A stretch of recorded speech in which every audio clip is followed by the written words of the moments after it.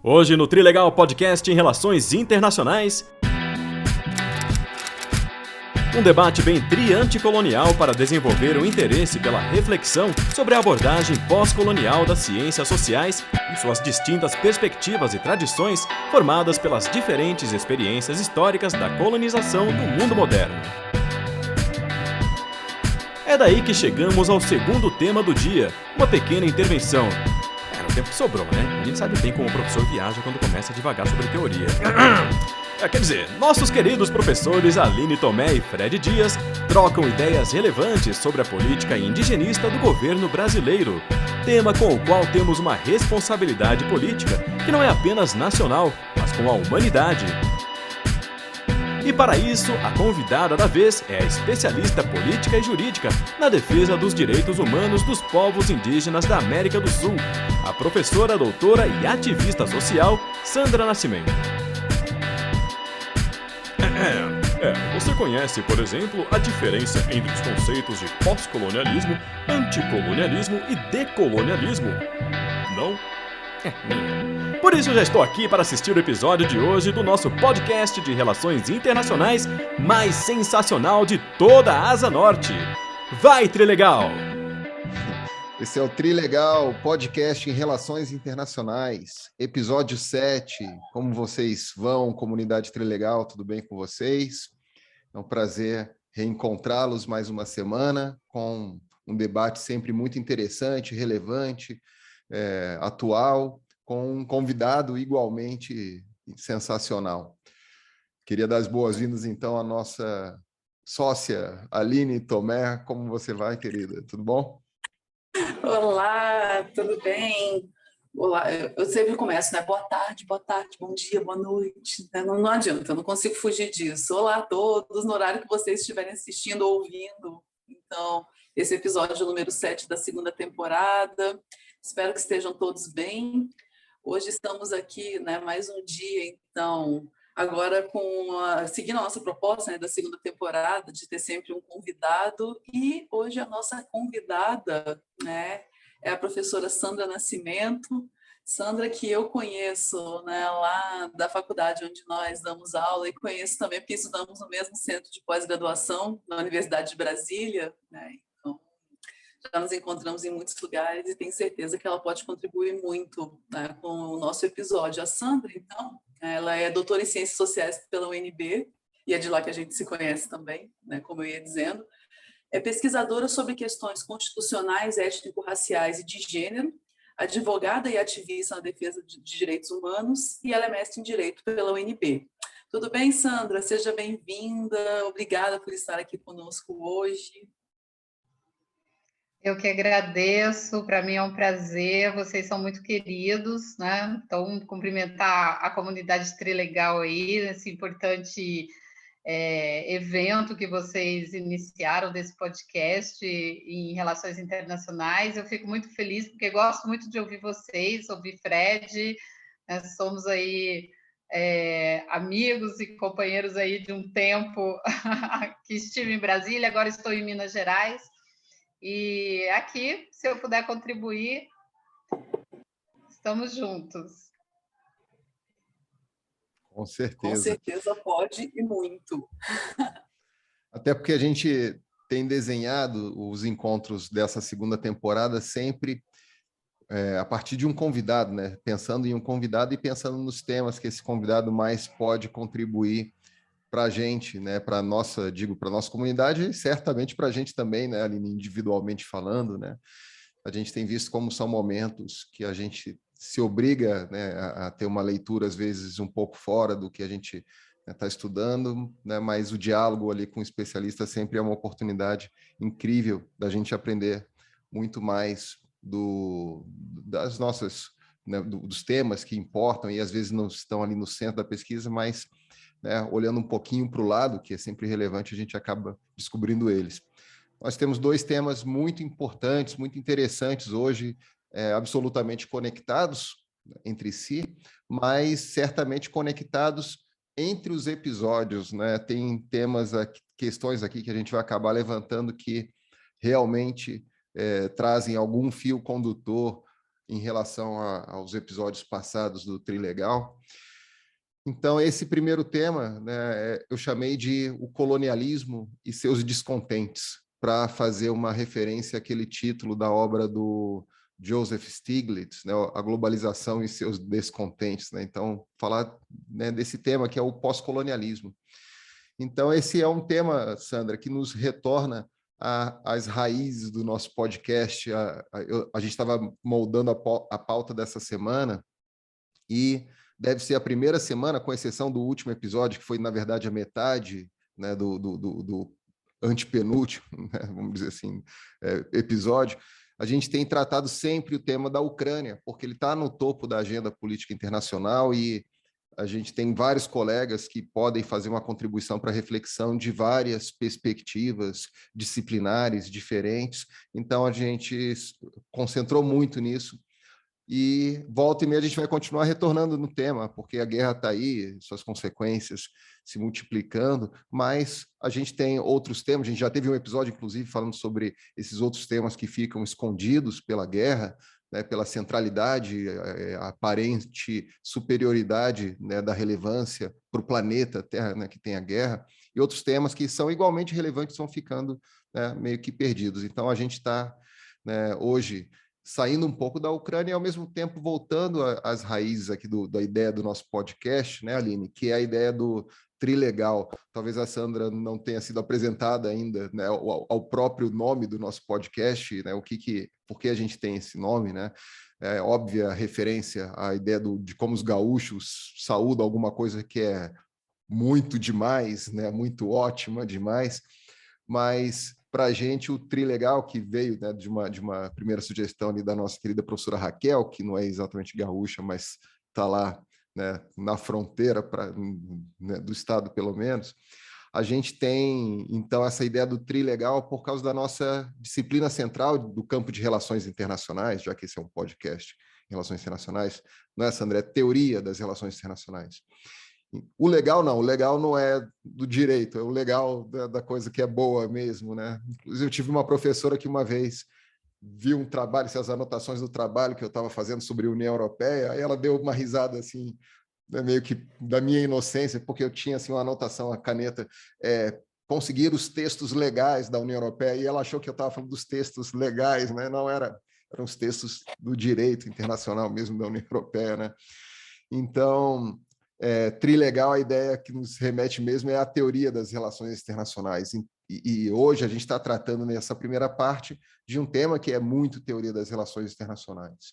E a Sandra certamente tem uma contribuição muito grande, apesar dela não estar exatamente na área de relações internacionais, mas porque essa abordagem teórica ela é certamente interdisciplinar, ela pertence às ciências sociais, ela pertence, né, talvez para além do que a gente considera, né, tradicionalmente ciências sociais. Então, se é para começar de algum lugar, né, esse é um termo que em si já traz debates, né, o que é o pós-colonialismo, eu acho que eu chamaria isso de toda a reflexão sobre a política mundial e, por que não, regional ou local, que dirige a sua preocupação para compreender elementos conceituais e lógicos fundamentais para se estudar o colonialismo e os seus efeitos duradouros, mesmo depois da independência das antigas colônias. Na verdade, o termo pós, aí do pós-colonialismo, não é sobre um novo momento, né, como se a colonização e seus efeitos fossem algo do passado, né? O colonialismo articulado com a expansão do iluminismo e da racionalidade científica, da industrialização e da expansão do capitalismo e da formação do próprio Estado como instituição central do mundo político, todos eles, juntos com o colonialismo, são marcos da modernidade.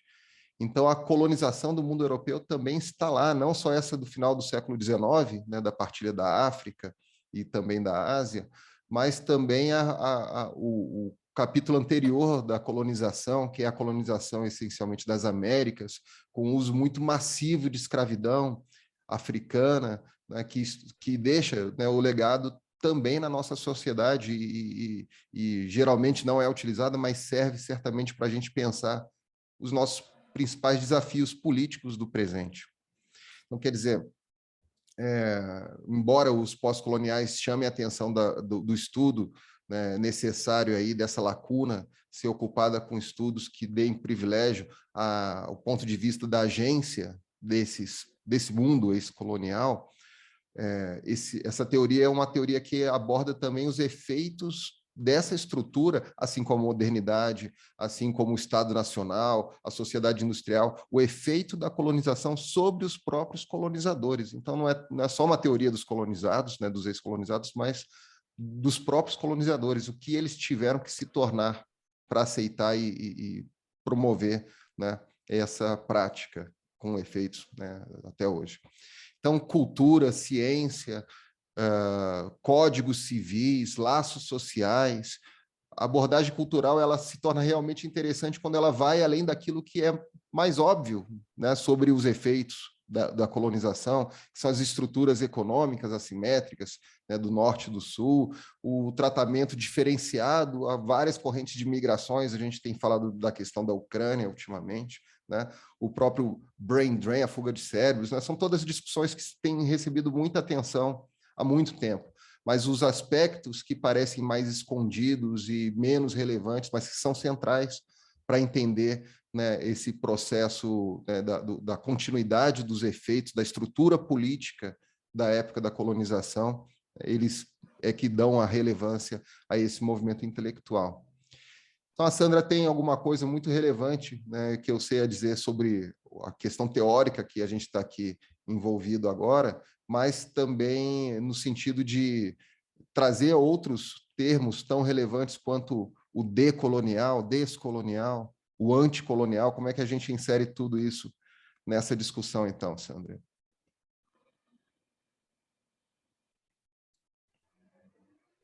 Oi, Fred. Então, é um cenário, né, bem interessante pensar essas construções intelectuais que esses termos vão sinalizando, né? O pós-colonial, o decolonial, a colonialidade, colonialismo interno, mas todas essas dimensões terminológicas, elas surgem a posteriori da própria atuação de resistências e oposições de povos e grupos em relação ao modelo de dominação. Então, esse campo de pensar o pós-colonial, decolonial, colonialismo, ele está, eu acho que, basicamente no campo internacional, porque é uma difusão mesma de um pensamento que tem uma expansão, né? E tem uma amplificação justamente a partir de pensar aquilo que os teóricos desse projeto, né, da colonialidade, decolonialidade, apontam que é um modelo de mundo eurocentrado e que esse chamado sistema mundo, né, moderno, colonial, a partir da perspectiva europeia, acabou traduzindo as suas expectativas de controle, de dominação, não só econômica, mas também dos corpos, na América Latina, na África, na Índia, né? Então, a gente tem uma dimensão muito global desses processos de dominação que o colonialismo protagonizou no final do século XVI, né? A gente tem aí um cenário de transformações político-econômicas na Europa, né, com a modernidade.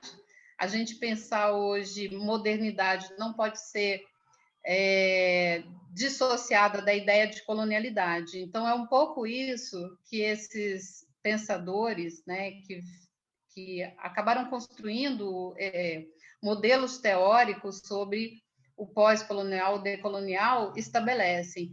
Não, primeiro, eu acho que a primeira orientação para compreender esses cenários de chegar a expressões, né, de dimensões colonialistas é exatamente essa, né? Estabelecer que a modernidade ela não é dissociada da colonialidade. E nesse sentido, alguns autores, como o Walter Mignolo, ele vai estabelecer o que é comum até mesmo para fazer essa diferença entre o cenário latino-americano e o cenário africano ou indiano, que é o que ele chama de diferença colonial.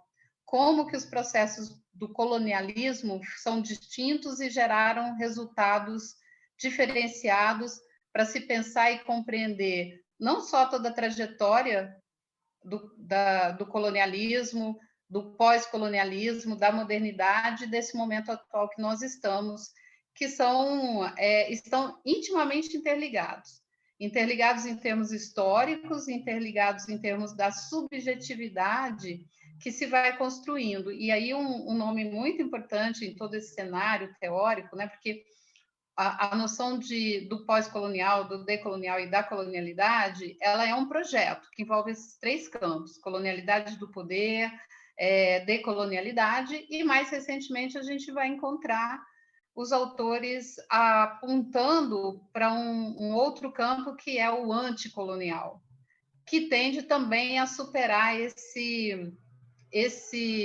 aprisionamento de uma situação fática de oposição a esse modelo de dominação, que é uma coisa do chão, concreta, dos povos, principalmente dos povos originários, das comunidades quilombolas,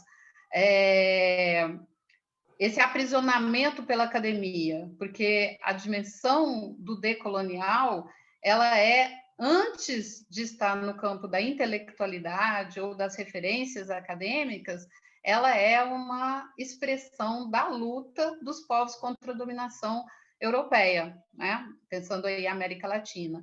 Então, a diferença colonial, ela entra como um dos campos também para se compreender por que em relação à Índia, em particular, se fala em pós-colonialidade? Porque aqui, para a América Latina, a gente está mais no campo da decolonialidade.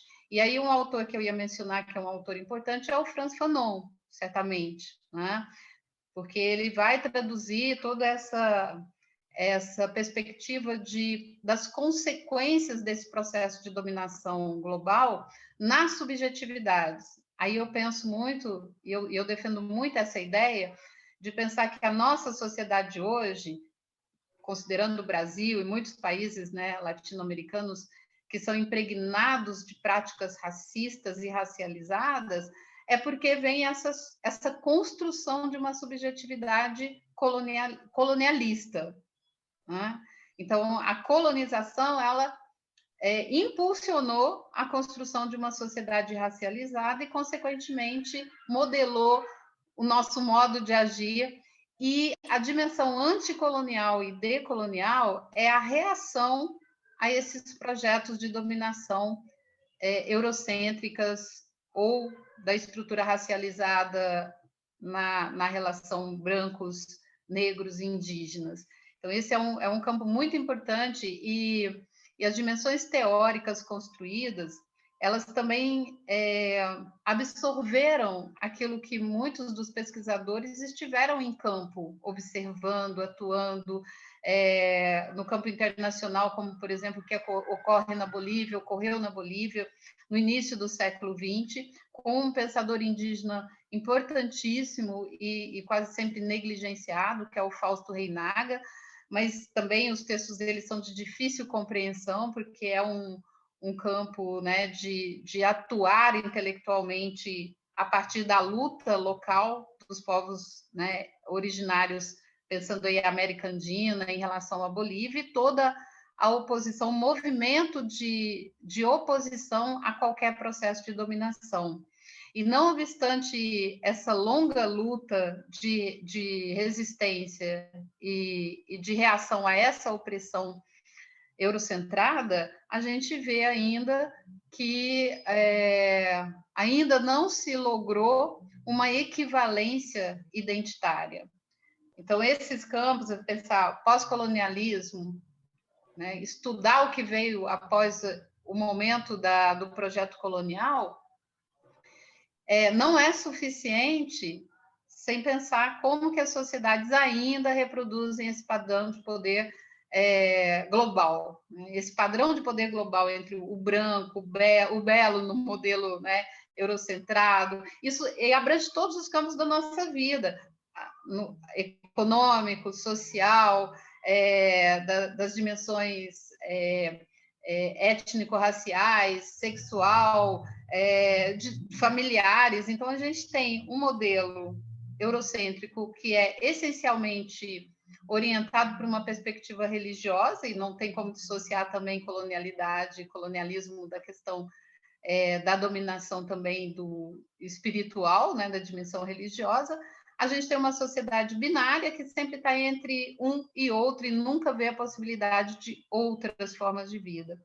Então, o campo que eu mais tenho proximidade para falar é o da colonialidade do poder, né, de encontrar dentro das pesquisas, dos nossos estudos, nas dimensões fáticas, no campo prático, aqueles aspectos modelares da colonialidade do poder. Porque até parece que nós vivemos uma sociedade tranquila, que se desenvolve nos seus próprios termos, mas não, existe um projeto ainda de dominação colonialista muito forte. E eu acho que a gente vai ter um momento para falar sobre isso, mas é muito visível esse projeto de dominação no modelo eurocentrado nas práticas fascistas que a gente tem presenciado nesse atual governo Bolsonaro, que começou lá em 2016 com a tentativa de interromper esse avanço do reconhecimento por direitos, pela diversidade, pela possibilidade, pela simples possibilidade que os povos originários, o povo negro, as comunidades quilombolas e outras comunidades tradicionais pudessem ocupar espaços em equivalência com a sociedade não indígena, não negra, isso fez com que houvesse uma reação muito forte, principalmente do campo do controle econômico, para poder destituir esses governos que podem ser mais progressistas, né, e inviabilizar esse avanço que a gente tem que chamar de avanços civilizatórios, não a partir do modelo eurocêntrico, mas a partir desse modelo da diversidade étnica e cultural. Então, falar de colonialidade do poder é aquilo que vai trazer para a gente, teoricamente, métodos e meios de observar e identificar essas práticas de dominação racializadas, brancos em relação a todos os outros, com essa lógica, muitas vezes não publicizada, da supremacia racial. Então, esse é um grande problema dentro dos estudos da colonialidade, da decolonialidade. Pensar a decolonialidade é exatamente pensar os modos de atuar, de pensar e de produzir conhecimento de tal modo com que isso se constituam como ferramentas de destruição ou de rupturas com o modelo da colonialidade e da dominação racializada. Então, a gente tem aí o campo da colonialidade do poder, da decolonialidade e do anticolonial, que mais do que pensar que existe um padrão de dominação centrado no chamado sistema mundo moderno colonial, é pensar que as nossas práticas elas devem ser redefinidas, né, tanto pelos movimentos sociais quanto na estrutura de funcionar do Estado, de tal modo com que haja essa reação permanente e local. O anticolonial é uma dimensão teórica mais defendida pela socióloga, se ela talvez não se permita assim enquadrá-la, mas no campo das ciências sociais é a Silvia Rivera Cusicanqui, feminista, né, que atua na Bolívia, no cenário boliviano em particular, apesar de todos os problemas que a gente vê das estruturas hierarquizadas, mesmo dentre os povos originários, mas há uma perspectiva de o anticolonial de sair, de retirar do domínio da academia toda a prática e todo o discurso contra-hegemônico, que é um campo bem importante de pensar o anticolonial. Eu penso que, assim, talvez seja mais simplificador, se vocês quiserem que eu desenvolva um pouco melhor alguns outros pontos, mas esses componentes que eu estou falando teóricos, então vamos pensar em termos temporais.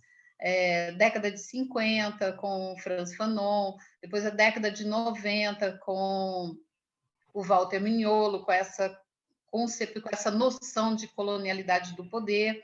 Eu pesquiso e trabalho bastante o campo da colonialidade do poder no direito, nas práticas estatais, frente aos povos originários. Então, eu sempre digo que o que eu posso contribuir, principalmente para o movimento e para a luta dos povos originários, é dizer como que esse Estado atua e qual é a configuração, o arquiteto, né, a arquitetura estatal dentro da lógica da colonialidade do poder, principalmente na produção legislativa, na atuação do poder judiciário, que, para quem estuda, para quem pesquisa, é muito visível e é muito angustiante se deparar, por exemplo, com decisões judiciais que parecem isentas, parecem imparciais, mas, na verdade, estão sustentando o pilar da dominação racializada, né? Ou seja, da supremacia branca, masculina. Então, são elementos que a gente acaba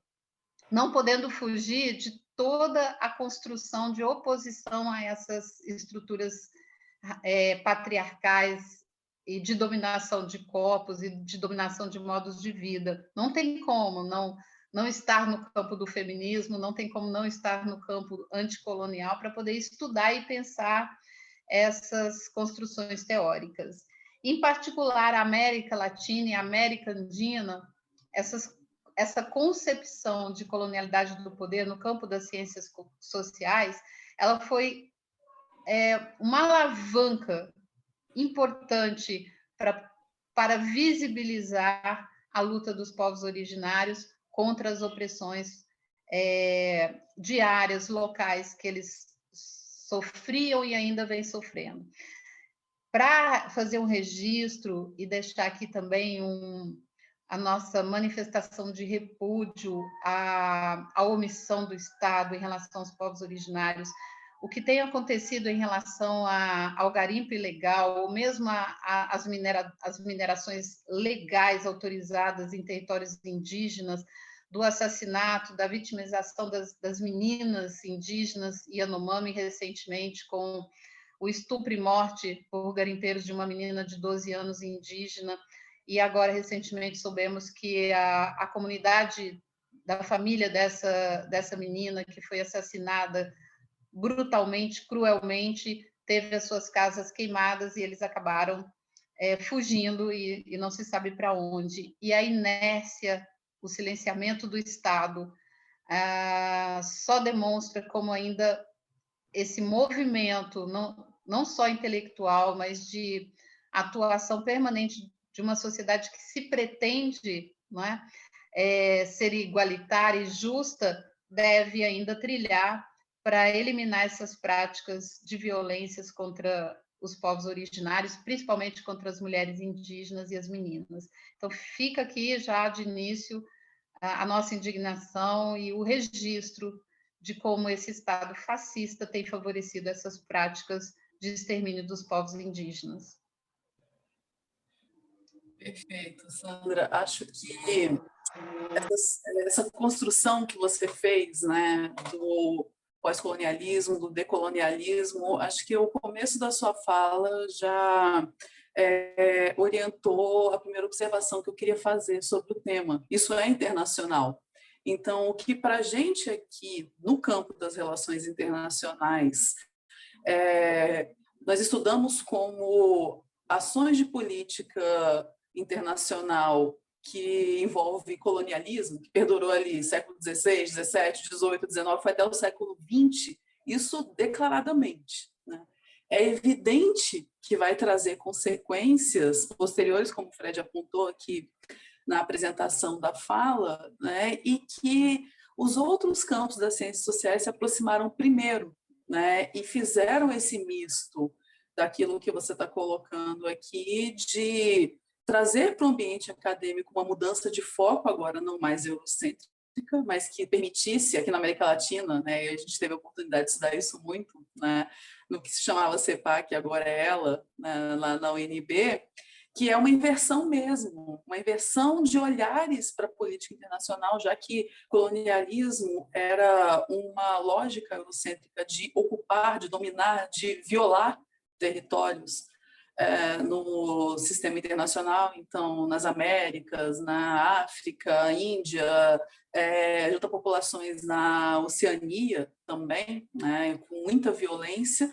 Essa releitura com esse novo olhar aqui latino-americano, nós temos excelentes autores, né? Você citou vários deles, com diversas abordagens, então, o Walter Mignolo, o Frantz Fanon, que academicamente defendem essa mudança de olhar, porque a gente tem uma academia que é eurocêntrica, mas mais do que isso, e talvez seja o aspecto mais interessante, né, que isso não seja monopolizado pelo ambiente acadêmico, porque isso tem a ver com ativismo, isso tem a ver com dar vozes, isso tem a ver com uma amplitude da compreensão na sociedade mesmo. E é interessante você ter finalizado aqui falando, né, da questão dos Yanomami, do garimpo, né, porque essa vai ter mais a ver, inclusive, com o tema, né, o nosso segundo tema de hoje, que é a questão, né, das políticas indígenas, das políticas indigenistas, né, ou não indigenistas do governo atual, que talvez seja só a última, a polêmica mais recente, porque a gente tem tantas outras que vai se construindo ao longo dos últimos anos, né, que representam uma das várias questões também associadas a isso. Durante a sua fala, quando você mencionou o Fanon aqui, e essa colonização que vai muito além do econômico, que vai muito além até mesmo do sociocultural, mas que vai para o cotidiano da vida das pessoas. Eu lembrei muito daquele caso que foi notícia ontem, a gente está gravando aqui hoje no dia 29 de abril, né? Mas que foi notícia ontem de uma empregada doméstica, que na verdade era uma escrava, que foi resgatada ali na Bahia, acho que foi Lauro de Freitas, se eu não me engano, que o Ministério Público resgatou essa mulher, e uma sociedade toda fica chocada com a entrevista que a jornalista faz com ela, e ela ali naquela condição de subjugo, de alguém que foi dominado e que foi privada de todos os seus direitos, negra, que não tem coragem de tocar nas mãos daquela jornalista branca. Tamanha a quantidade de ofensas que ela sofreu ao longo de toda a sua vida. Então, não foi só, porque não é só a escravidão a que ela foi subjugada, mas ao racismo mesmo, puro, intrínseco que nós temos aqui na nossa sociedade, que faz com que a pessoa responda, né? Eu fico com receio de tocar nas suas mãos, e a jornalista pergunta, não vou nem julgar a jornalista, porque não é esse o caso aqui, não é esse o objetivo, né? Mas ela pergunta, mas medo de quê? Por que você tem medo? Talvez até muita gente responderia aquele imediatismo do brasileiro, né, da negativa, de que nós temos problemas raciais sérios aqui. Nós somos todos iguais. E aí ela, quando responde, né, é uma fala muito impactante, né? Porque ver a sua mão branca, eu pego e coloco a minha em cima da sua e eu acho feio. Imagina o seu corpo, a apropriação de corpos, ela é tão cruel, como você bem destacou, que a pessoa ela acha o corpo dela feio, ela de tanto ouvir que ela não podia estar junto com essas pessoas brancas, que ela não podia tocar essas pessoas brancas, então ela é feia, ela tem a imagem do inadequado. Então, quando esses teóricos trazem para a gente essa questão da decolonialidade, da necessidade de negar toda a construção que é feita, que se torna mental mesmo, vai além, não é só econômico, que já seria gravíssimo, e é gravíssimo, não é só sociocultural, porque isso já é gravíssimo também, mas vai para uma questão mesmo da concepção mental, né, de como que nós nos enxergamos, como que nós nos colocamos socialmente, e das dificuldades que a gente tem de interagir na sociedade. Então, esse caso veio muito forte à minha mente quando você mencionou o Fanon, né? Imediatamente, eu nem ia falar disso, mas eu quis mostrar, porque isso precisa ser trazido também para o ativismo, esse seu trabalho, né, de levar, como advogada, né, de levar clareza para grupos, para pessoas que entendem que as leis não foram feitas para elas, que os tribunais eles não têm uma dinâmica que foram feitas para eles, para que se possa acessar, é muito triste, né? Então, passa por muitas dimensões da nossa vida que talvez nós estejamos assim tão alertas e atentos, porque isso é mascarado, como você bem colocou, né? Então, Fred, eu não sei, né, se esse debate, né, da forma como a gente estava pensando, chegaria a tanto, mas eu acho que é muito importante a gente fazer essa reflexão, né? Bom, eu acho que tem muita coisa para a gente falar. A Sandra acabou adiantando um pouco do nosso segundo tema, né, Sandra? E eu queria, então, fazer algum primeiro encerramento, porque eu acho que a gente vai acabar voltando com essa discussão da abordagem pós-colonial, né? O que ela exige da gente quando pensa um tema como das políticas indigenistas, que é, né, nossa temática particular do segundo bloco, né? Eu queria lançar para esse outro momento essa reflexão aqui, né? Se é possível, quer dizer, o pós-colonialismo, pelo menos aqui no campo de relações internacionais, Sandra, ele acabou exigindo, assim, né? Obviamente não é um agente, mas ele acabou se manifestando, né? O que é o pós-colonialismo quando a gente pensa de uma forma mais ampla, né? Seja na Índia ou aqui na América do Sul, a ideia de que contextos nacionais, né, comunidades nacionais de estudo, né, comunidades acadêmicas, viessem a estudar relações internacionais a partir de perspectivas mais originais, menos eurocêntricas, né? E isso tudo, então, se deu num contexto de organização nacional. Então, comunidades nacionais, né, abordagens nacionais, e o nacional é, em si, um conceito, né, uma instituição eurocêntrica, né, da experiência eurocêntrica. Então, a gente fala muito em pós-colonialismos, nacionalismos anticolonialistas, né, o que pode ser um contrassenso, né, na medida em que práticas dessa forma de dominação particular ocidental são reproduzidas, né? Eu acho interessante e retomar também o ponto do fascismo, né, e o racismo, o colonialismo como questões muito intrínsecas, né, muito articuladas, né, partes talvez de um mesmo fenômeno, né? Em que medida, então, a emergência da China vai forçar uma releitura dessa postura ocidental, né? Quer dizer, eu tenho um texto do Sanjay Seth, um indiano que trabalha com pós-colonialismo, que diz assim: a arrogância de se imaginar certo sobre os outros não é nenhum monopólio ocidental, né? Todo esse mundo não ocidental também tem suas arrogâncias, os seus autoritarismos, mas essa forma específica de autoritarismo, fascismo, racial, né? Será que isso é parte da experiência europeia? Está com os dias contados, né, diante da emergência da China?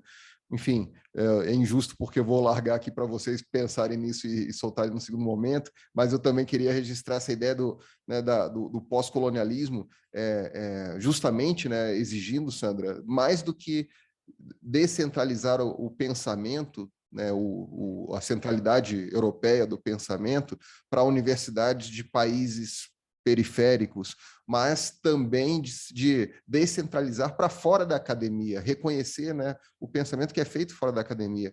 E aí me vem à tona justamente o nosso Carnabril. A gente teve aí os desfiles de escola de samba, né, no final de semana, e uma famosa intelectual, né, progressista, né, acabou comentando, foi convidada para desfilar numa das escolas e acabou dizendo que estava ali para quebrar um estereótipo de que acadêmicos podem gostar de samba também. Ela falou exatamente isso, né, como toda agenda progressista, né, descubram aí, né, quem é.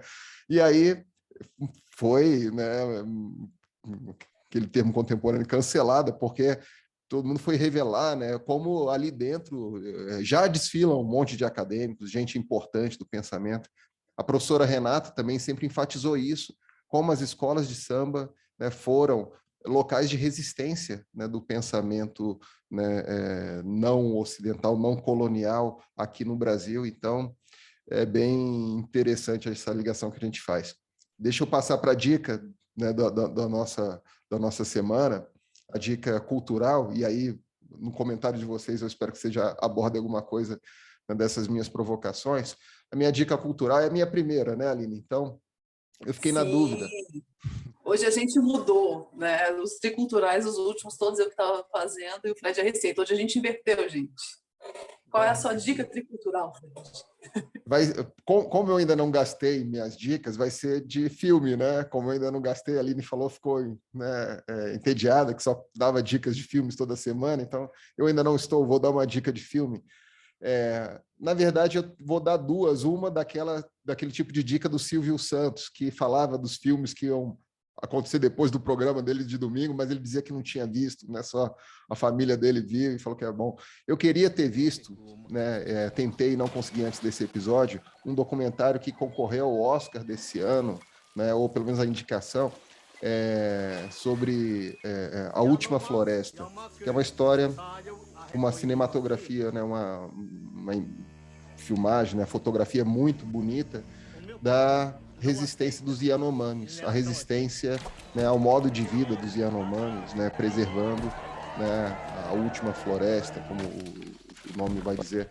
Então, o trailer é muito bonito, né, as reportagens que fizeram do filme dizem, né, que é muito relevante, mas eu não tive como acessá-lo aí até o episódio de hoje. Fica a dica para quem assistir e deixa aí nos comentários, né, que assistiu e achou muito legal, e me dá uma dica, inclusive, de onde, em que link descobrir esse vídeo. Sendo assim, a dica que eu posso garantir hoje é retornar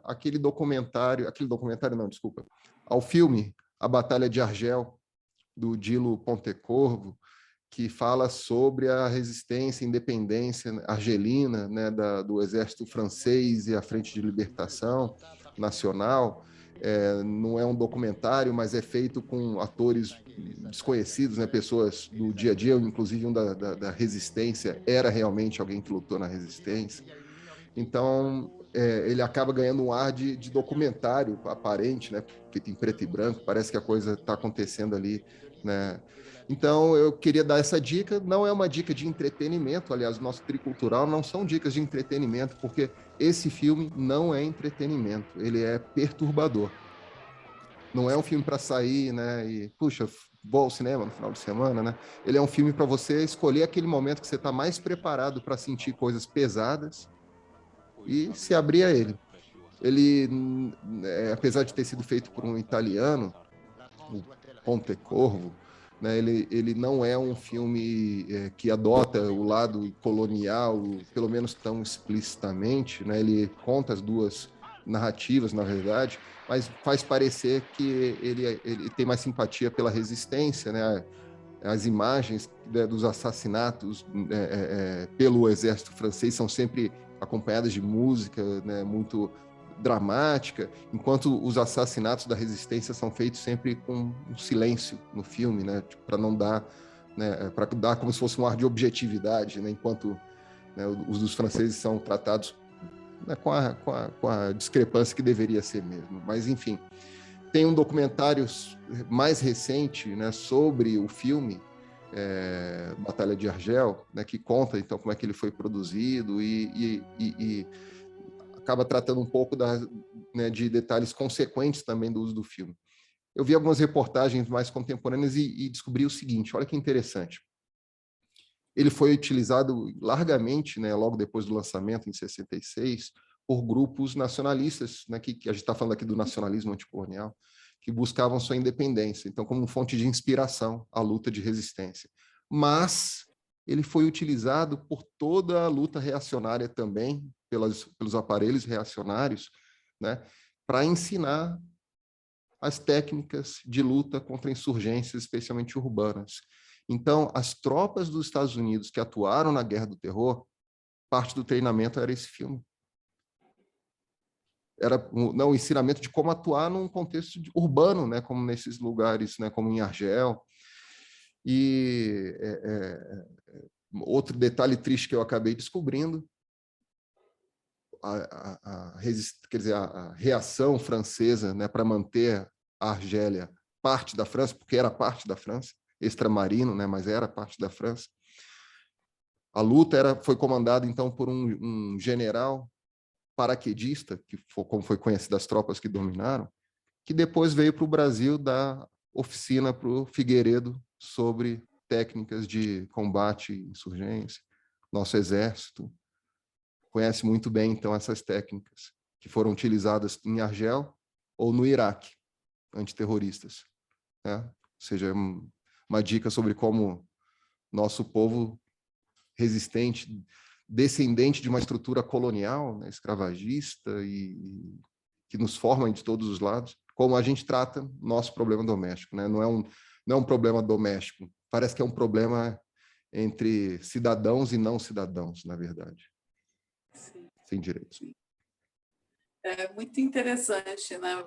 Os dois que você mencionou, tanto o documentário, também não assisti ainda, mas, dica de Netflix, gente. Então, de fácil acesso, atualmente. Sobre o povo Yanomami, que sempre vale a pena, acho que conhecer mais a respeito. Quanto à Batalha de Argel, né? A Batalha de Argel foi um filme que, como você disse, né, Fred, ele se tornou uma referência para tudo. Ele foi proibido aqui, emendando com uma discussão que a gente fez na semana passada, né, sobre a ditadura militar aqui no Brasil, ele era proibido. E conversando com pessoas que faziam parte da militância, né, estudantil, principalmente, alguns anos depois, eles me disseram.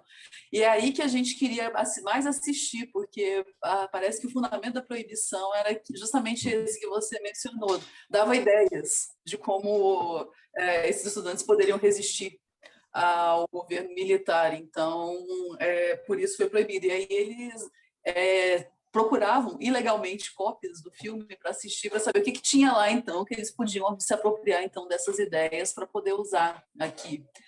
E é triste mesmo ouvir, né, que também, do lado reacionário, isso também foi aproveitado e utilizado, né? É um filme, eu ia falar documentário porque ele tem cara de documentário, embora não seja, né? É um filme raro que traz uma outra perspectiva de um processo de colonização com essa ideia de resistência, né, Sandra, que você falava, né? Precisa inverter isso, não dá mais para a gente ter só essa versão eurocêntrica da coisa. Então, eu acho que A Batalha de Argel ele é um filme obrigatório para qualquer cidadão. Para estudante de relações internacionais, então, nem se fala, né? Então, acho que vale a pena. Você chegou a assistir algum desses, Sandra? Assisti a Batalha de Argel e realmente é um filme bem expressivo, né? Uma película até artística também muito interessante, né? Eu gosto a filmografia bem interessante, né? Traduzir mesmo, né? O que é esse processo de dominação, né? A estrutura opressora, violenta, cruel e torturas, né? Essa crueldade em relação é o não lugar do corpo, né? O ser humano, a pessoa dentre as relações de poder, né?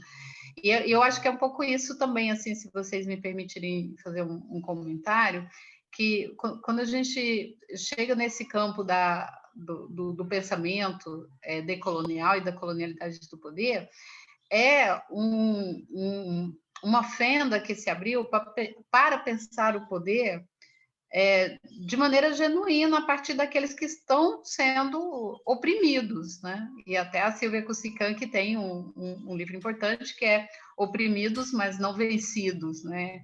Então, que demonstra mesmo a luta catarista na Bolívia. Então, você tem lá resistências importantíssimas. Estou falando da Bolívia mais expressivamente, mas a gente tem recentemente a mobilização no Chile, a gente tem o movimento Mapuche, né, na Argentina e Chile, que são Argentina e Chile, que são de oposição a essa estrutura de dominação. E esses pensadores no campo das ciências sociais que falam da colonialidade do poder, eles estão justamente querendo dizer que a Europa não se preocupou em potencializar estudos sobre o poder, porque, na verdade, eles estão na relação de poder, que é a poder-dominação. Então, não tem por que, né, dimensionar outras formas de pensar as relações de poder. E o campo da decolonialidade é exatamente isso, pensar essas relações de poder e que no campo, né, fático mesmo, esse filme Batalha de Argel mostra muito bem, né, de como você vai resistir, vai colocar o seu corpo, né, é vida ou morte mesmo, para poder chegar a romper com a lógica da opressão, e ainda assim o cenário é artificial, né, porque as lutas de resistência que foram, vamos dizer, que tiveram conquistas importantes de rupturas, foram, na verdade, diluídas em um artifício do sistema capitalista. Então, você vê o cenário todo, é como se você pensasse que não há saída da lógica econômica capitalista, então todo esse a Coreia do Norte está resistindo, mas a Coreia do Sul, a Rússia, todas as conquistas, né, de formas outras de relações de poder, elas estão diluídas no sistema capitalista. Então, a gente tem esse problema. Aí, Fred, eu acho que, não sei se vai voltar para ti agora, mas eu tenho uma análise, embora superficial, sobre o papel da China nesse contexto todo, que é nada mais, nada menos do que reproduzir ou reatualizar esse sistema moderno colonial capitalista, esse padrão de dominação.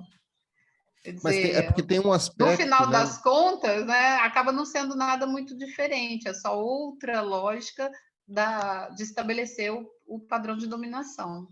Eu sei, assim, tem... superficial, mas...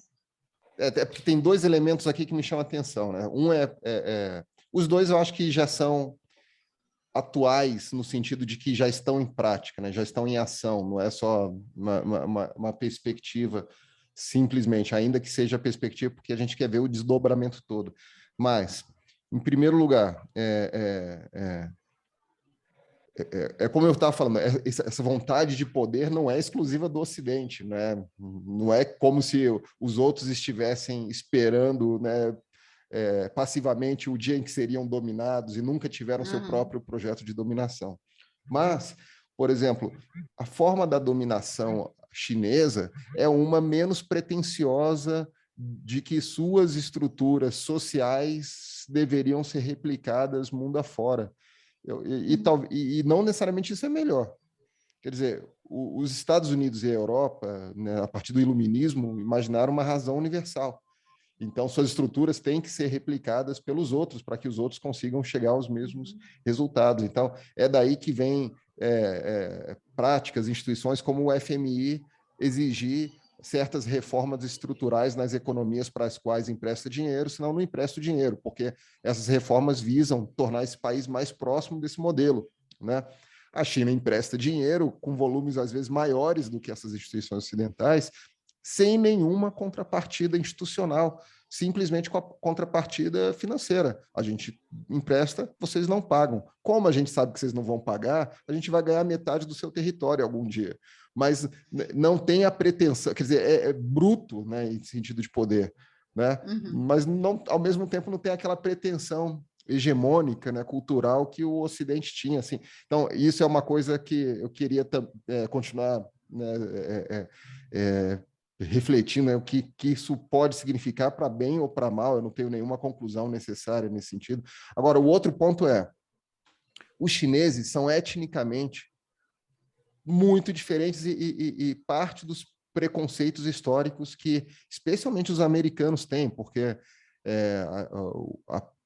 a industrialização, a urbanização do Velho Oeste foi feita com grande mão de obra dos chineses, que foram construir as linhas férreas e tal.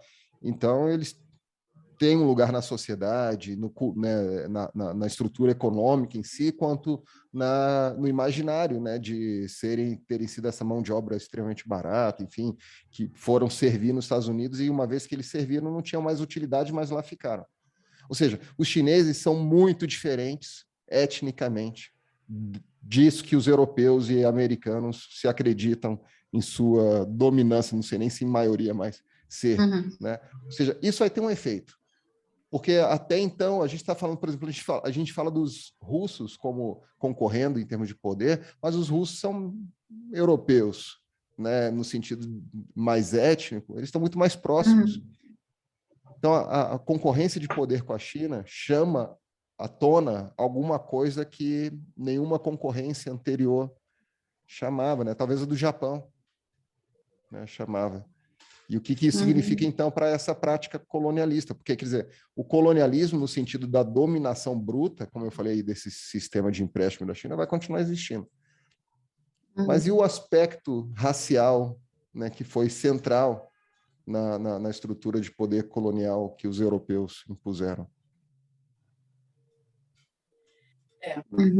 Pergunta, né, capciosa, né? Não sei.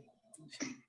Eu penso que a gente tem um cenário para pensar as relações de poder e dominação a partir do colonialismo, da colonização e dos processos colonialistas posteriores, muito centrado na questão racial, escravidão, né?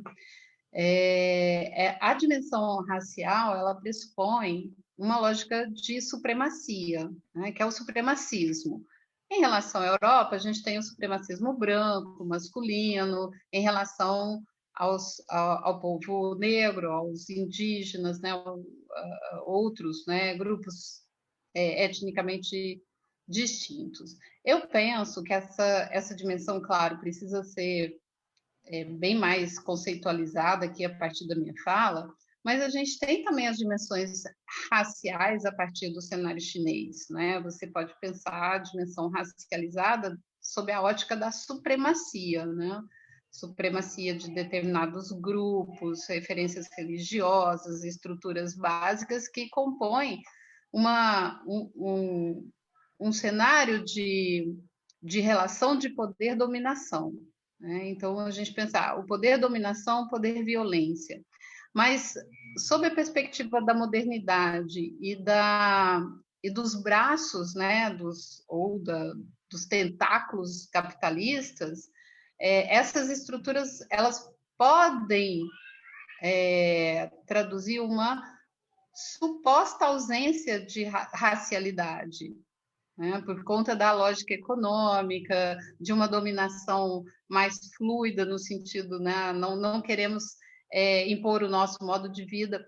E também a gente tem que considerar, eu acho que talvez seja bem característico, os chineses eles foram socialmente sincréticos, né? Eles, assim como os turcos, eles não foram destruindo as culturas, né? O Império Turco Otomano ele não foi destruindo culturalmente, ele foi se apropriando e foi traduzindo aquilo, ó, fica aí, mas sob o nosso comando, né? Tem uma série que eu acho fantástica, eu gosto muito, eu assistiria 2 vezes, é muito longa, que é sobre o rei Arturo da Turquia, né? De como se dá a conquista, né? De Constantinopla, de como todos os cenários de poder, mesmo de poder e dominação, sob uma perspectiva, mas muito mais de acomodar os diferentes ou destruir os diferentes, né? Quer dizer assim, o extermínio do inimigo, isso é o padrão, né? É um padrão de poder mundial, com certeza. Eu acho que você tem toda a razão. Existem, sim, projetos de poder, mas não significa que todos os projetos de poder estejam centrados também nessa lógica da destruição. O que a Europa fez foi exatamente o extermínio, e ainda continua. Por que os estudos decoloniais, e talvez nas relações internacionais se centre muito na lógica do pós-colonial, porque você tem um marco do sistema mundo em relação à lógica política e econômica no campo das relações internacionais, que eu entendo bem, que é pensar o pós-colonial. É como se a colonização realmente acabou, aquelas práticas, né, de invasão de territórios, domínio de territórios, inclusive vedado pelas Nações Unidas as chamadas guerras de conquista. Mas essas guerras agora são qual o sentido delas, né? Eu acho que qual o sentido dessas guerras de conquista? A Rússia em relação à Croácia, né? É Croácia. É Ucrânia. Ucrânia, né? Qual o sentido dessa guerra, se não a estabelecer uma relação de poder-dominação, né, sobre os povos, num sentido mais ampliado. Não estou desconsiderando aqui, claro, todos os meandres internos, todas as dimensões da política internacional, com certeza. Não me tomem com a fala aqui muito autorizada sobre esse campo. Mas se a gente pensar, as guerras de dominação, hoje elas são sob a ótica do sistema do capitalismo. E isso é a dimensão moderno-colonial. O Henrique Dussel também, que é outro autor importante, ele vem trazer essa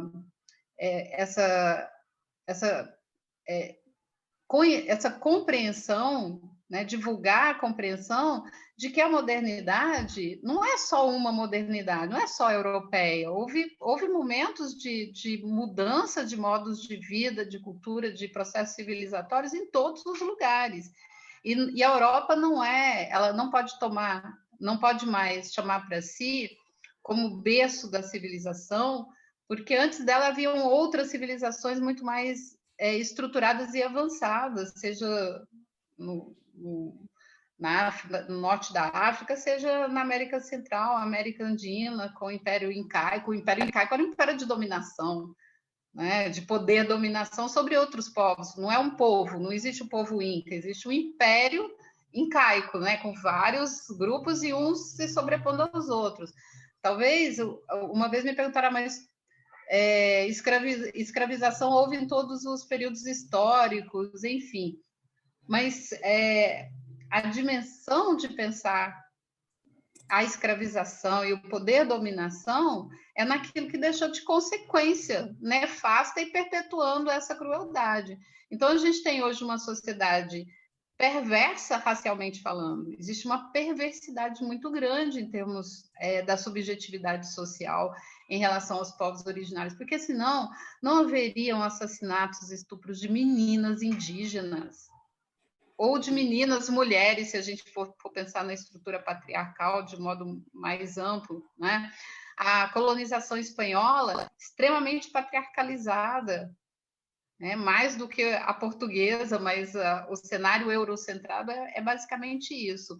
Eu penso que esses estudos, eles trazem para a gente, eles nos proporcionam uma forma de olhar, eu acho que a Aline mencionou isso, quer dizer, essa forma de olhar diferenciada sobre os fenômenos sociais, econômicos e políticos, de uma maneira crítica, em que a gente consiga perceber que o que nós vivenciamos hoje são consequências de práticas que hoje estão sendo reatualizadas no campo das tecnologias, né, do domínio por outros meios, né, pelas perspectivas da globalização e da internet, todos esses fatores que vão, na verdade, reconfigurando práticas de dominação e ainda assim racializadas, porque senão a gente não teria expressões de racismo na consequência do corpo, né?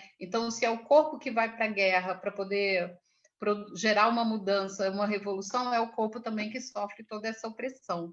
Então, é uma situação muito perversa a estrutura de dominação colonial originária da colonização, dos processos de colonização. E tem colonização de diferenciados perfis, né? Eu penso, assim, muito superficialmente, Fred, que a China tem esse projeto de dominação colonialista, mas sob outros moldes, sabe assim, é um outro modelo, talvez, e que a dimensão racial, ela seja no campo que a gente tem de experiência da escravização. Para a gente é muito mais potente pensar a dimensão racializada, por conta que a gente teve marcos muito distintos entre as sociedades, tanto na América Latina quanto na América do Norte, né? Canadá, que são esses processos de separação, né? Brancos, negros, enfim. Isso é muito real na nossa memória também. E talvez a gente não vivencia as realidades racializadas chinesas de outras perspectivas. Eu acho que em relação, por exemplo, o Chile. O Chile não tem uma população negra escravizada historicamente, por incrível que pareça. Mas é um país xenofóbico, é um país racializado em relação aos indígenas, aos Mapuche, às outras comunidades indígenas. Né? E isso tudo é reflexo, é herança, né, nefasta do processo de colonização no modelo eurocêntrico. Mas, assim, é uma manifestação minha em relação à China nesse sentido. Eu colocaria a dimensão racial em uma perspectiva conceitual talvez mais ampliada, talvez pensar aí outros termos, outras configurações mesmo, também para pensar essa lógica do poder-dominação. Porque a dimensão decolonial não é só a lógica eurocêntrica marcada pela racialização do poder, mas é também articulada com as dimensões da dominação econômica, território, dinheiro e bem-estar para uns e não para outros. Os cidadãos de segunda categoria do Bauman, né, aqueles que vão ser desprezados, vão ser dispensados e vão ser inúteis até mesmo para o Estado e em qualquer outra perspectiva. Então, são lógicas assim que heranças, né? Você falou de nacionalismos, retomando aí a sua fala inicial, que nacionalismo nacional é uma construção eurocêntrica, né?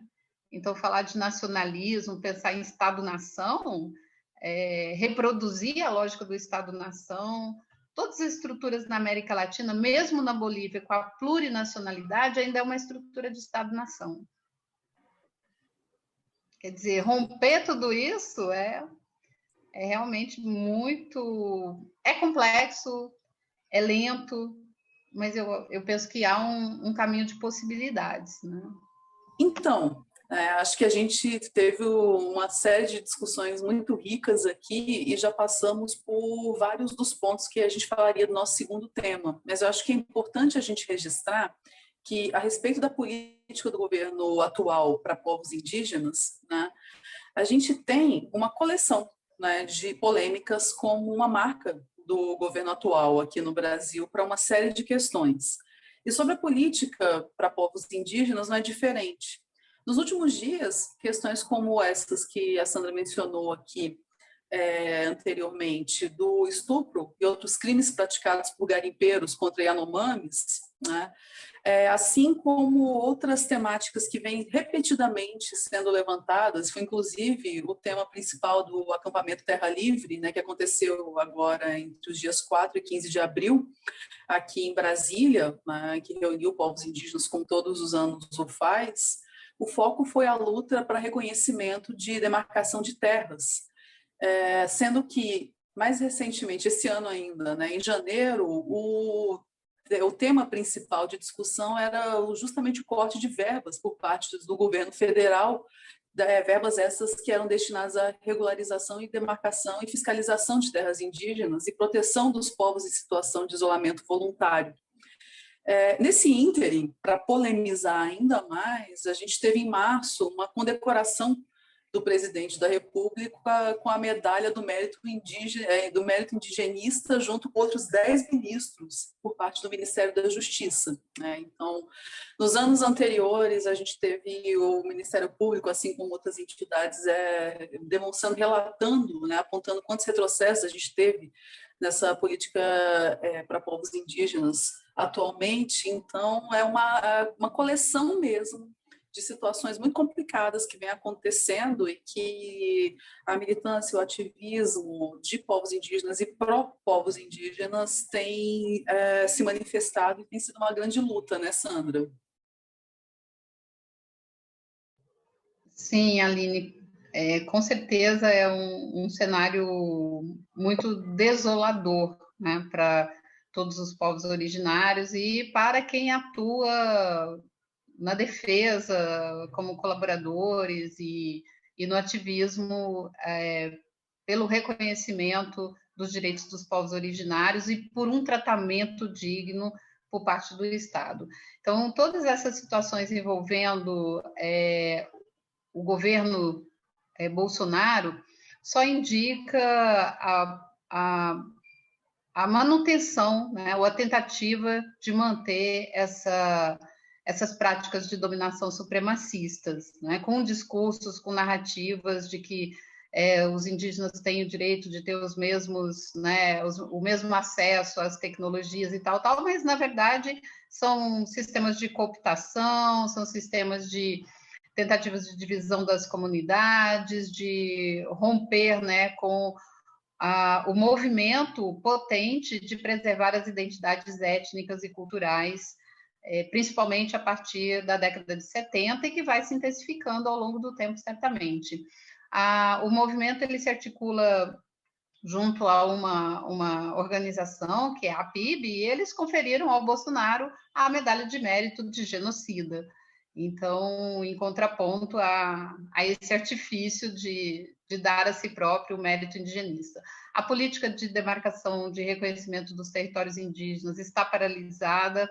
A atuação da FUNAI é uma atuação incipiente na proteção dos territórios e na proteção da vida dos povos originários, tendo em vista que o garimpo ilegal ele não é escondido, o garimpo ilegal ele é visível, basta um drone ou qualquer um pegar uma aeronave, sobrevoar e ver onde eles estão. Então, a negligência em proteger os territórios indígenas significa negligência com a vida dos povos originários, e o que se pode dizer é que não há uma política indigenista no governo do Jair Bolsonaro, e sim uma antipolítica, né?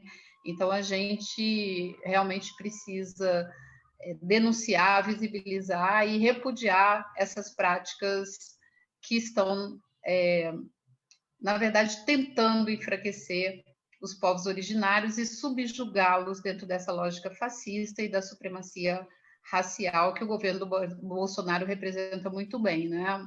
Um governo machista e... Deixa eu fazer a minha única participação nesse tema, né? Porque a gente está meio corrido, claro. A gente já combinou aqui seguir, mas é sobre a proposta que o Lula fez de um ministério indígena. Quer dizer, na linha daquela contradição do nacionalismo anticolonial, né? Ter um ministério é suficiente para a questão? Óbvio que a pergunta nem é essa, né? Mas qual é a importância de ter ou a irrelevância de se ter um ministério indígena? Eu acho que tudo que puder colocar os povos originários em cadeiras, em espaços de tomada de decisões, em equivalência, é relevante. Mas esse cenário, né, de um ministério, por exemplo, no Chile, se pensou em criar, e tem ainda um debate muito grande, um ministério indígena. E houve muita resistência de grande parte da comunidade indígena, justamente porque a composição, a forma de atuar vai ficar atrelada ao modelo do Estado, nesse sentido. Então, é algo que a comunidade indígena tem que debater, tem que discutir, mas eu entendo, fora a perspectiva de qualquer campanha política, partidária, para uma futura eleição, eu entendo que qualquer abertura que for favorecer a posição dos povos originários na estrutura estatal e que isso leve, consequentemente, a políticas adequadas de proteção dos territórios, de reconhecimento e de novo tratamento aos povos originários, tem que realmente ser pensada como algo bastante importante. Então, é uma fala que certamente não depende só dele, tem que traduzir a consulta e respeitar mesmo tudo aquilo que há na legislação internacional, como a consulta prévia, livre, informada, onde todos possam se manifestar, e que a composição desse ministério realmente garanta melhores dias de vida para os povos originários, isso com certeza. Perfeito. Porque pensando, né, sobre todas essas questões, sempre me vem muito à mente esses espaços de fala. Semana passada, mais uma vez retomando, né, a gente falava sobre autoritarismo e democracia. O espaço democrático, embora seja uma construção ocidental que não vá abarcar uma série de lógicas que a colonização levou a ser desenvolvida, né? Então, isso realmente é um ponto que não se pode chegar, mas é um espaço que minimamente se aproxima da possibilidade da participação da diversidade. Então, acho que isso que você falou, Sandra, é muito pertinente, porque se trata de uma promessa de campanha, né, o que o Lula fez ali naquela visita, que foi de fato muito oportuna e importante para a valorização da voz mesmo dos povos indígenas, é a oportunidade que se tem de um olhar para eles, porque não aconteceu também em governos anteriores. A gente só tem uma deteriorização que ela vai acontecendo e vai se tornando cada vez pior. Então, a gente está num momento muito pior mesmo no governo atual, mas os governos anteriores também não teve grandes coisas no sentido, inclusive, da demarcação de terras, que do reconhecimento de demarcação de terras. Agora, o que a gente tem é um não reconhecimento, um pouco avanço e uma invasão, que está sendo feita e nada tem sido feito a respeito. Então, no espaço democrático, uma possibilidade de um ministério de outras instâncias com possibilidade de vozes, eu acho que também seria muito importante, né? Sim. E, em amplo sentido. Inclusive, né, já aqui, partindo para o nosso quadro final, o da receita, né, gastronomia intelectual. Além de não falar gastronomia internacional, não falo gastronomia intelectual, ainda falo de receita, pensa. Nos outros episódios era o Fred que fazia, pelo menos dessa temporada foi ele que fez, né? Então essa foi a primeira vez que ficou comigo. E aí, lembrando que a Sandra vinha, eu fiquei em dúvida. Será que eu pego alguma coisa da culinária Mapuche, que eu lembro, né, de quando você estava fazendo sua pesquisa, né, você falar a respeito? E aí eu pensei, não, seria absolutamente interessante, mas não, eu quero pegar alguma coisa relacionada à culinária de povos indígenas no Brasil, que infelizmente ainda é muito desconhecido e estereotipado. E aí o que apareceu quando eu fui fazer o levantamento? Estereótipo, né? Milho, tapioca, aquela coisa, né? Bem estereotipada mesmo. Mas surgiu um que, de alguma forma, tem essa característica, mas eu acho que vale muito a pena ser demonstrado para o mundo, né? Que, bom, tem um videozinho que a nossa produz para a gente, que a gente vai passar e aí depois a gente conversa a respeito, né?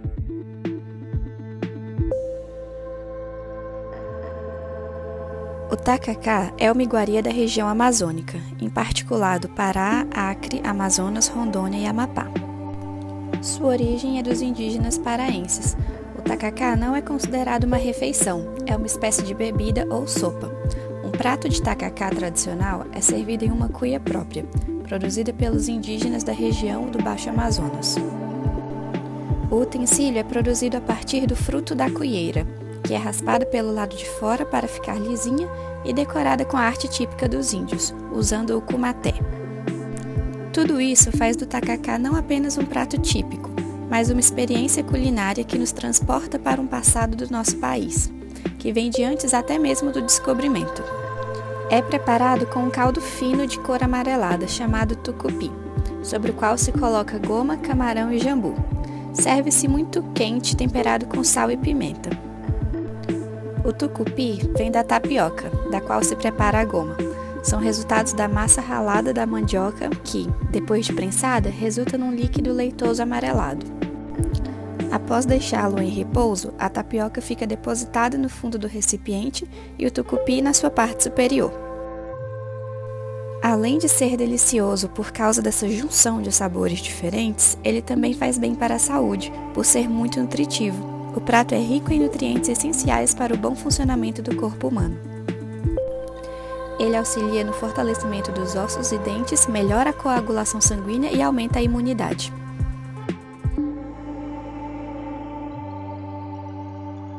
Eu sou vegetariana agora, né? Então, só o componente não, vegetal aqui. Eu tomei tacacá lá quando fui no Pará. É uma bebida forte, potente, e com o jambu que adormece, né? Enfim, são alimentos ritualísticos. E o que a gente não tem, porque nos foi privado vivenciar nossa ancestralidade, é isso. A gente não tem referências ritualísticas com os alimentos, com a bebida e por aí vai. E isso é uma consequência da colonização. Todos nós fomos privados de vivenciar e ter experiências da nossa ancestralidade.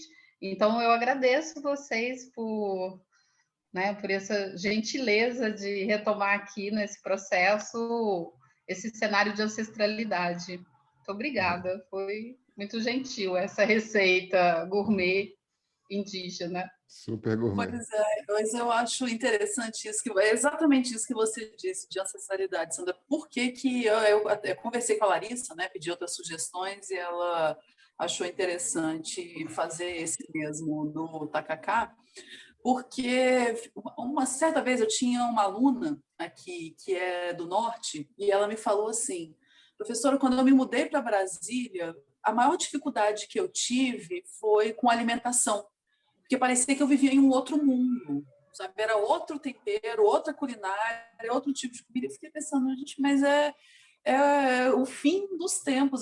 Mesmo que a gente viva num país continental, nós temos acesso fácil aqui na região centro-oeste, sul, sudeste, a uma série de outros alimentos, de outras culinárias que não da região norte, que é mais atrelada a essa cultura, essa ancestralidade indígena mesmo, né? Então, é algo que eu entendo que o Brasil precisa conhecer. Então, por isso que eu acabei escolhendo o tacacá e não algo da culinária mapuche, por exemplo, que seria muito interessante também, mas nem da nossa ancestralidade a gente tem a oportunidade de vivenciar, né, Fred? Foi muito bem gostoso. Escolhido. É muito gostoso. Eu já comi bastante aqui em Brasília, mas também, quando fui a Belém, eu fiz questão de ir para algum lugar que eu pudesse, né? Aí tinha uma barraquinha lá que era famosa, aí eu fui lá provar, né, em loco essa iguaria, é muito gostoso, né? Assim, é interessante nessa coisa da colonialidade, a colonialidade na comida também tem suas questões, né? Então, quer dizer, a gente espera certo tipo de aparência na comida que o tacacá não tem. Então, acho que muita gente é levada a até sentir assim, um certo asco pela aparência, né, daquela goma, e muita gente pede até, inclusive, sem goma, né? Eu falei, não, eu quero a experiência completa, tal.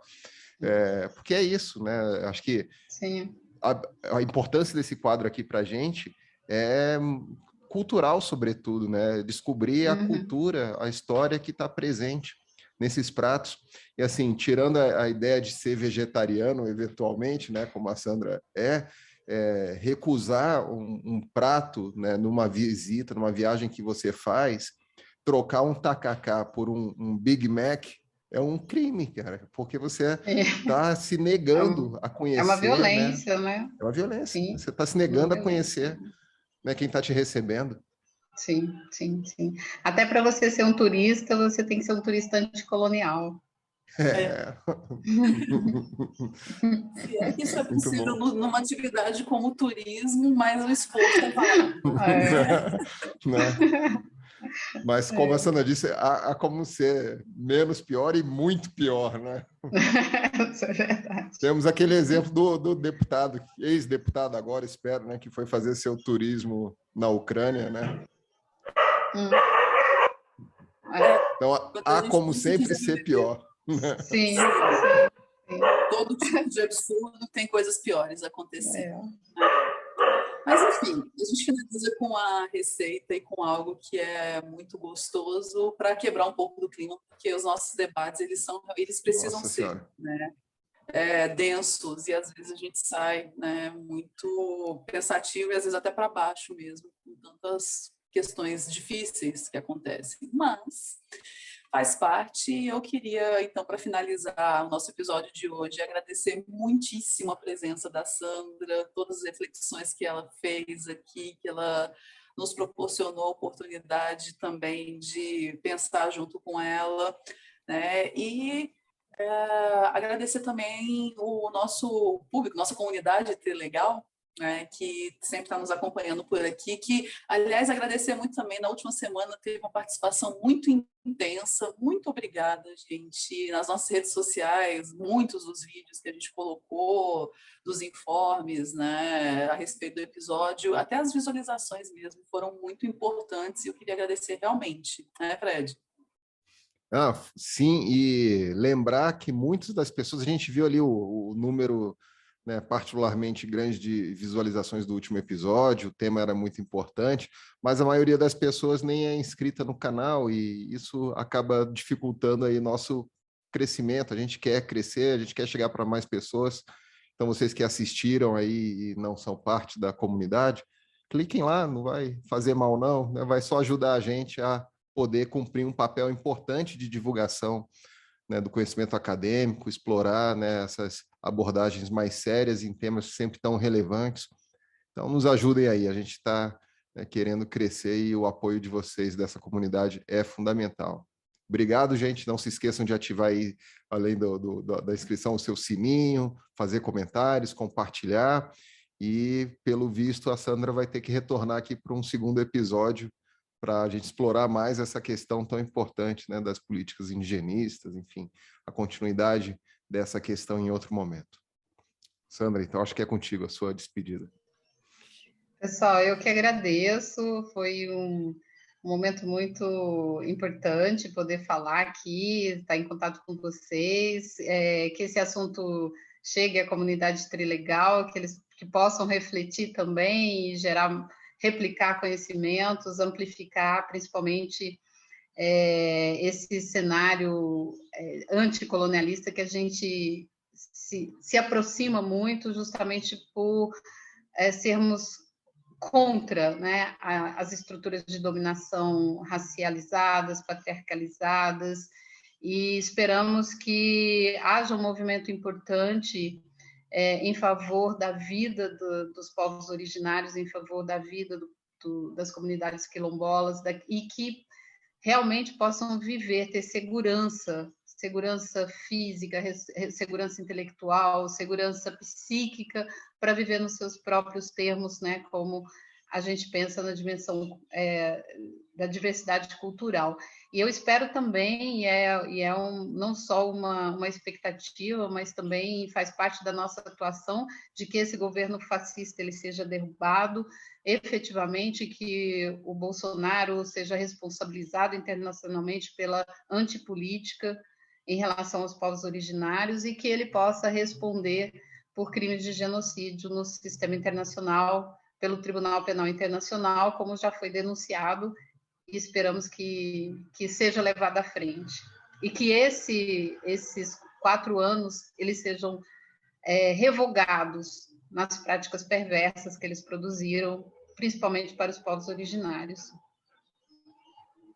Eu adicionaria mais 2. Mais 2 anos aí, 6 anos logo no total. É verdade. Que eles sejam...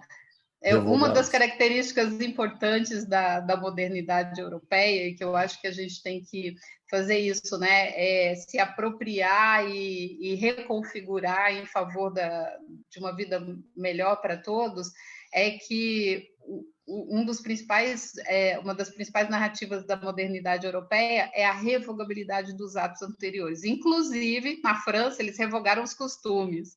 O antigo Código Civil de 1916 tem expressamente lá, ele foi revogado também. Revogam-se os costumes, mas também esse código pode ser revogado, também essa legislação hoje que afronta os direitos dos povos originários sejam revogados no primeiro mandato de um governo mais progressista, que a gente fique livre do fascismo. É isso. Muito obrigada, viu, Sandra? Até a próxima semana, pessoal. Eu que agradeço. Valeu, gente. Tchau, tchau. Tchau, tchau. Pronto. Acho que precisamos de mais professora Sandra Nascimento aqui, hein? O debate foi ótimo, mas ainda tem muito mais para explorar. Será que ela ainda volta nessa temporada? O Trilegal não para, só convidados de peso. Quem será na próxima semana? Melhor não duvidar. Só me avisem se o convidado for um músico, né? Uma cantora ativista aí. Vai que eu preparo um pocket show pra homenagear. Como eu disse, melhor não duvidar. Até sexta. Ou sábado. Quem sabe domingo, segunda, terça. Como tá bom pra você? Com mais um episódio do Trilegal Podcast em Relações Internacionais. Tchau! Anda com fé, eu vou, que a fé não costuma falhar. Anda com fé, eu vou, que a fé não costuma falhar.